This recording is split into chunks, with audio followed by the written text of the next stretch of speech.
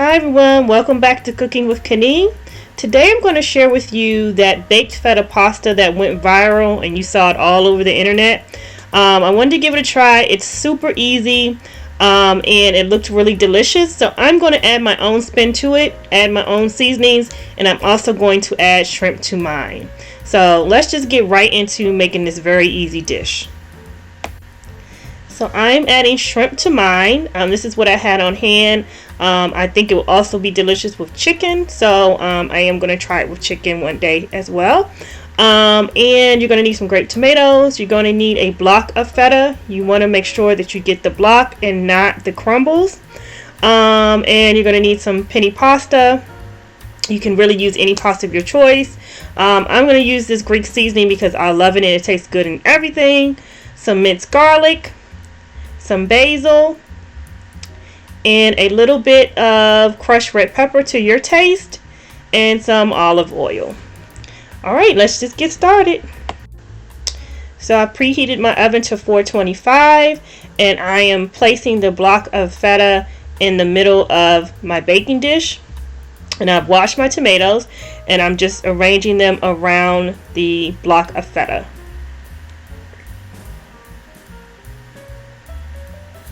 You just want to evenly place them around the feta.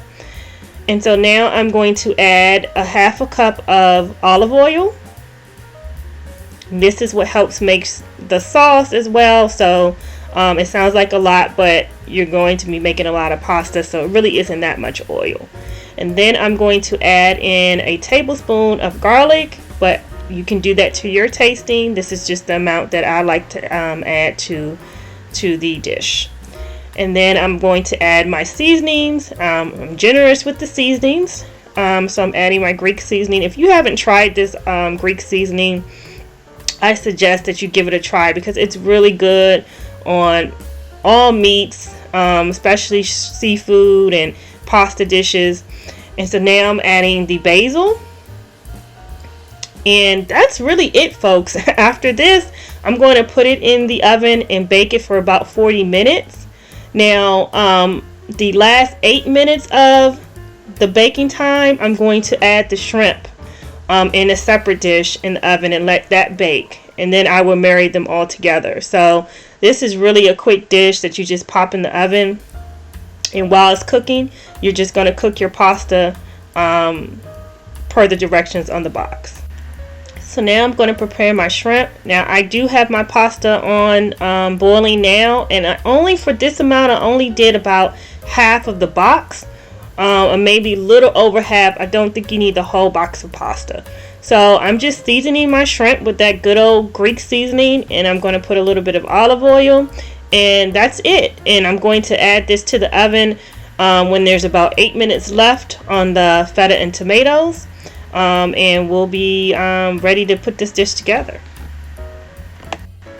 So this is how it looks when it's out of the oven. It's all nice and bubbly and hot, and this is when you want to mix everything together, and you do it all in the same pan, so you don't have to dirty up another pan.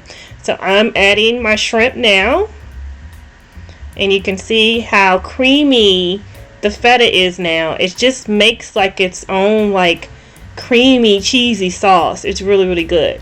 So now I'm adding the pasta, and I didn't add it all the first go around because I just wanted to see how much sauce it made and whether I would need the rest of the pasta. So I'm just mixing it up now. You want to mix it up really well. You want all of the seasoning, the oil, and the cheese just to all mix together and just make a nice sauce. I mean, this pasta is super easy.